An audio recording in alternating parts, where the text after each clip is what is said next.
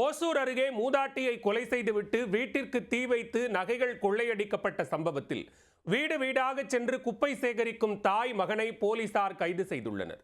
கடந்த 9 மாதங்களாக 3000க்கும் மேற்பட்டோரிடம் விசாரணை நடத்தியும் சிக்காத கொலையாளிகள் தற்போது சிக்கியது எப்படி? கிருஷ்ணகிரி மாவட்டம் ஓசூர் அருகே உள்ள அட்டகுருக்கி கிராமத்தைச் சேர்ந்தவர் 65 வயதான விவசாயி நாகம்மா. கணவரை இழந்த இவர் தனது மகள் மருமகனுடன் வசித்து வந்தார். கடந்த மார்ச் மாதம் மகளும் மருமகனும் விவசாய வேலைக்காக சென்றுள்ளனர். அப்போது மதியம் 2 மணியளவில் நாகம்மாவின் வீட்டிலிருந்து கரும்புகை வெளியேறியதைக் கண்ட அக்கம் பக்கத்தினர் அதிர்ந்து போயிருக்கிறார்கள். உடனே காவல் நிலையம் மற்றும் தீயணைப்புத் துறையினருக்கு தகவல் கொடுத்துவிட்டு வீட்டிற்கு ஓடி சென்று பார்த்தவர்களுக்கு தூக்கி வாரி போட்டுள்ளது. பலத்த வெட்டுக்காயங்களுடன் நாகம்மாள் உயிருக்கு போராடி கொண்டிருந்தார். சம்பவ இடத்திற்கு வந்த போலீசார் அவரை மீட்டு உடனே கிருஷ்ணகிரி அரசு மருத்துவமனைக்கு அனுப்பி வைத்தனர். ஆனால் அவர் பாதி வழியிலேயே உயிரிழந்தார். போலீசார் நடத்திய விசாரணையில் வீட்டில் நாகம்மா தனியாக இருப்பதை அறிந்த மர்ம நபர்கள் அவரை கத்தியால் குத்திவிட்டு வீட்டிலிருந்த நகை மற்றும் பணத்தை கொள்ளையடித்து சென்றது தெரியவந்தது. செல்லும்போது வீட்டிலிருந்த தானிய மூட்டைகளுக்கு தீ வைத்துவிட்டு தப்பித்துச் சென்றது தெரியவந்தது.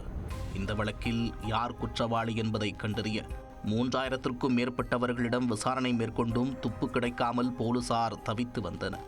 கடந்த 9 மாதங்களாக விசாரணை நடைபெற்று வந்த போதும் வழக்கில் எந்தவித முன்னேற்றமும் இல்லாமல் இருந்து வந்தது.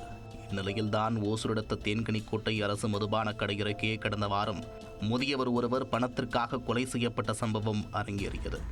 அந்த வழக்கில் சின்ராஜ், சக்திவேல் மற்றும் நாகன் ஆகிய 3 பேர் கைது செய்யப்பட்டனர். கைதான சின்னராஜ் என்பவரிடம் போலீசார் நடத்திய தீவிர விசாரணையில் சில திடுக்கிடும் உண்மைகள் வெளிச்சத்திற்கு வந்தது. இந்த கொலை வழக்கில் சிக்கிய சின்ராஜுக்கு 9 மாதங்களுக்கு முன்பு நாகம்மாள் கொலை செய்யப்பட்ட வழக்கில் தொடர்பு இருப்பது தெரியவந்து போலீசார் அதிர்ச்சியடைந்தனர். சின்னராஜ், அவரது தாய் முனியம்மாள் ஆகியோர் வீடு வீடாக சென்று குப்பை சேகரிக்கும் தொழில் செய்து வந்துள்ளனர்.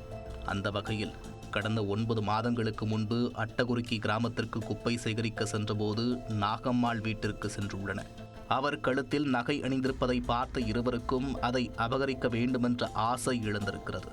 உடனே கத்தி முனையில் அவரிடம் நகையை கேட்டு மிரட்டி இருக்கிறார்கள். ஆனால் நாகம்மாள் அலறியபடி உதவிக்கு ஆட்களை கூப்பிட பயந்து போன அவர்கள் அவரது கழுத்தை அறுத்துள்ளனர். பின்னர் நகையை பறித்து கொண்டு வீட்டிற்கு தீ வைத்துவிட்டு தப்பி ஓடியிருக்கிறார்கள் என்பது விசாரணையில் தெரியவந்தது. இதனையடுத்து சின்னராஜின் தாய் முனியம்மாளை சூளகிரி போலீசார் கைது செய்திருக்கிறார்கள். குப்பை சேகரிக்க சென்ற தாயும் மகனும் தனியாக இருந்த மூதாட்டியை கொலை செய்து நகை பணத்தை பறித்துச் சென்ற வழக்கில் 9 மாதங்களுக்கு பிறகு குற்றவாளிகள் சிக்கியிருப்பது பெரும் பரபரப்பை ஏற்படுத்தியுள்ளது.